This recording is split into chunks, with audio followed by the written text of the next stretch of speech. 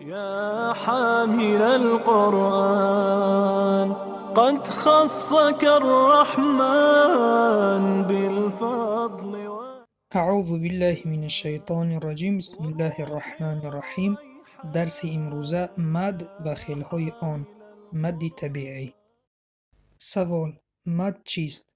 جواب: مد این آواز را کشیده خواندن است. يا حامل القرآن. سوال: حرف‌های مد چند تا است؟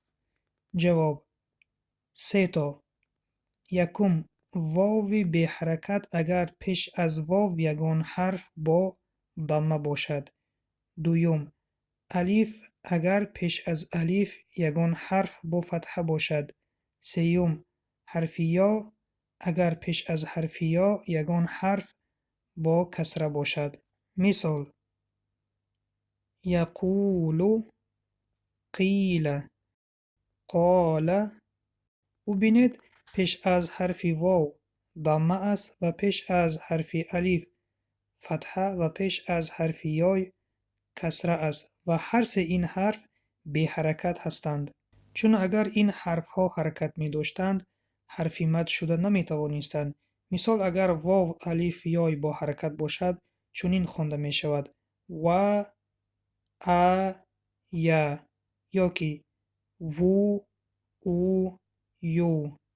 يا حامل القرآن. سوال: کدام وقت مد طبیعی می شود؟ جواب: اگر حرف واو بی حرکت آید و پیش از او یگان حرف با ضمه و الف بی حرکت آید و پیش از الف یگان حرف با فتحه و حرف یا بی حرکت آید و پیش از حرف یا یگان حرف با کسره آید، این مد را مد طبیعی گویند که مقدار 2 حرکت کشیده خوانده می شود. از مقدار 2 حرکت زیاد کشیم این خطا می باشد. يا حامل القرآن. مثال های این مد را گوش کرده تکرار کنید. قالوا يا موسى قالوا يا موسى قالوا يا موسى. قا، لاحظ الفرق. قا قا. مثال: قال. هنا أيضا قو قو. يقول. قي قي قيل. يا حامل القرآن. أما من استغنى أما من استغنى أما من استغنى. يا حامل القرآن. أما من استغنى أما من استغنى أما من استغنى. يا حامل القرآن.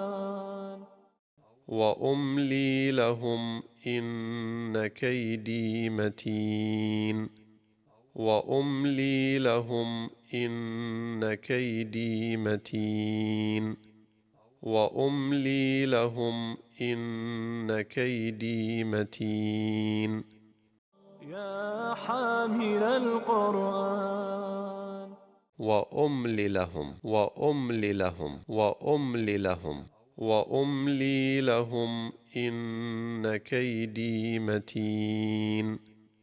يا حامل القرآن قد خصك الرحمن بالفضل والتيجان والروح والريحان. با همین درس امروزه را به انجام می رسانیم. منتظر درس های آینده باشید. نوارها را به یار و دوستانتان بفرستید تا در کار خیر با ما شریک باشید. و سلام بر آن شخصانی که راه هدایت را پیش گرفتند. للذكر والتنزيل بشراك يوم رحيل ستفوز بالغفران.